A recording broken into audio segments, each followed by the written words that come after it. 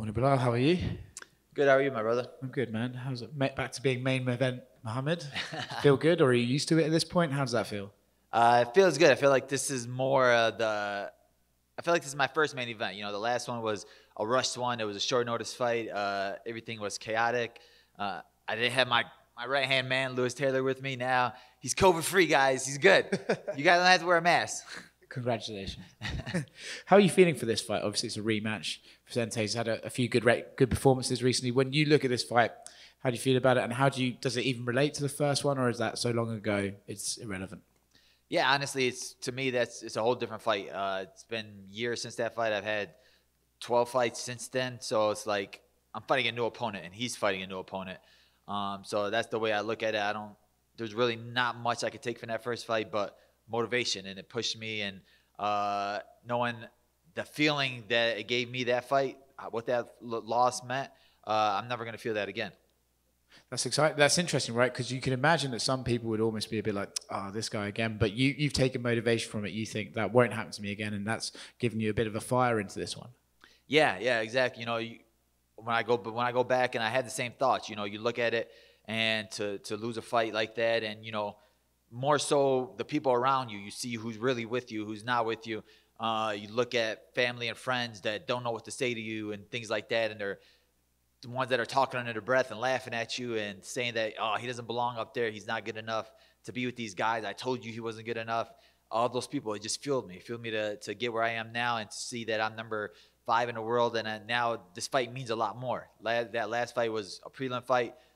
Didn't mean much. It was early in our careers. Now this fight is title contendership. This fight is, we're both at the top of the division and the hardest division in the UFC. It's funny, right? Because you're a nice guy, he's a nice guy. Is it almost nice to see the fact that, both of us have come a long way? Here we are main eventing now. Is it kind of cool to have that camaraderie with the guy? Nah, fudge him, dude. Nah, I'm playing. It's cool. You know, like you always watch your past opponents, and you always, whether you beat them or lose to them, you want them to continue winning because you want to be like, I'm not fighting any bums, I'm not fighting a scrub. So to see a guy like him, like you said, he's a nice guy. Even when I was fighting Wonder Boy my last fight, like I saw him in Vegas, and he's like, hey, I'll give you some sparring tips for him, and it was stuff like that. So like I said, it was cool. There was a respect there, and it's like you don't have to fake animosity or anything like that or hate when it's not really there.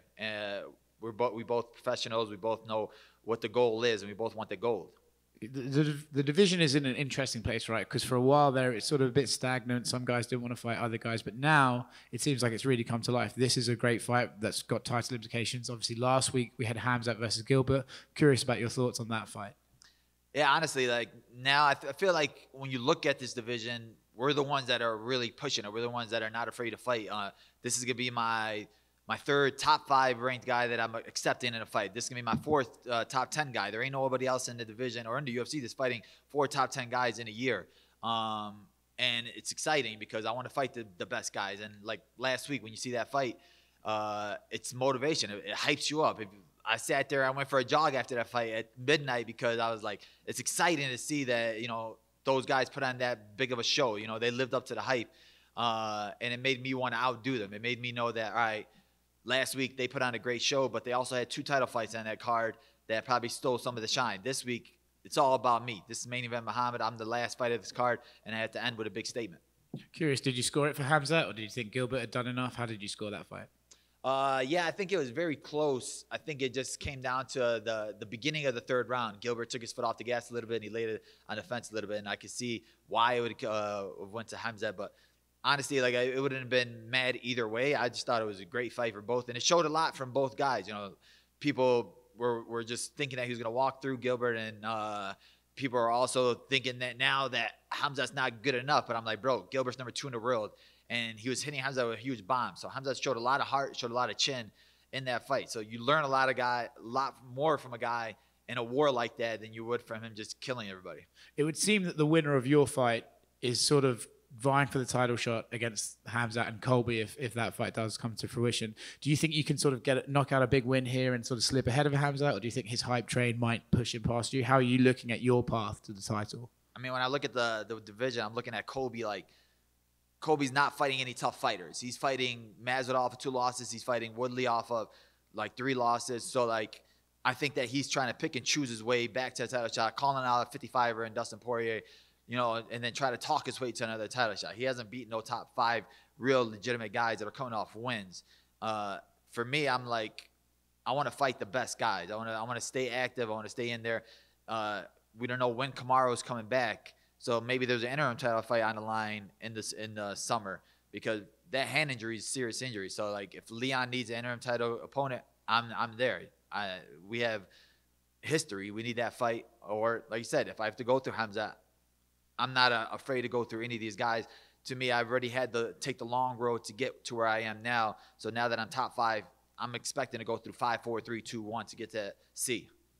It's funny you say about Colby kind of picking and choosing, because Gilbert said something similar, that he hasn't really fought any sort of contenders recently. Do you think that the pressure is kind of starting to build on him, and people are going to look at this Khamzat fight like, well, if you don't take this fight, then maybe everyone's right and you are picking and choosing? Do you think the pressure is starting to get onto Colby? I mean, I think that it's going to get to him, but like, he's one of those guys that thinks that he's owed something, thinks that he's a pay-per-view star, and thinks that, oh, I'm on the level of a Nate Diaz and a McGregor where I can pick and choose who I want. And I think that he's going to be one of those that sits out for a year or something like that, keep playing the injury game. Now that his tooth is chipped, he's probably going to be out for a couple years until they give him a real 55er to fight. It's a bit of a cliche question, but your prediction for this weekend?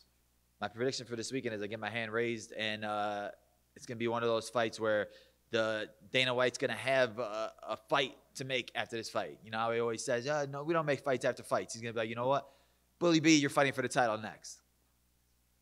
That's what it seems to be on a lot of those things. If there's an outstanding performance, it always seems like Dana pulls his card and just says, this is going to be the fight. Looking at that, if that Khamzat and that Colby fight does happen, and you make it through this weekend, are you going to be calling him out so that you could remove all doubt and say, give me him, I deserve that fight? Or would you sit back and let him maybe get his shot and lose a little hype as well?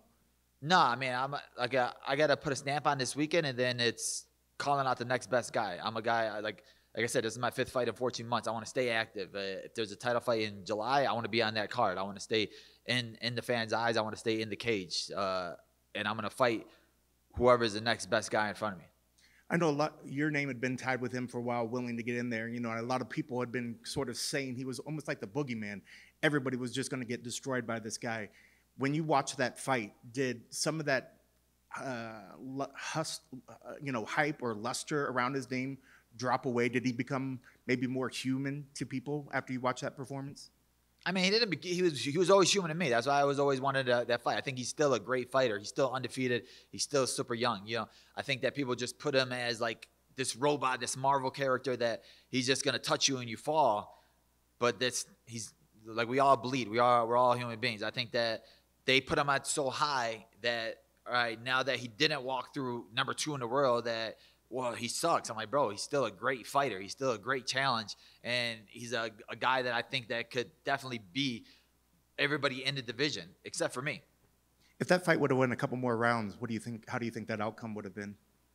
I mean, it would have been interesting. I think both guys it was a war. It was a freaking back and forth war. It would have just, my take on it was who was going to gas out first, who was going to have anything left in the tank. They both, in that 3rd round, I think they were both tired, but they were both fighting on big heart, and they both had big heart.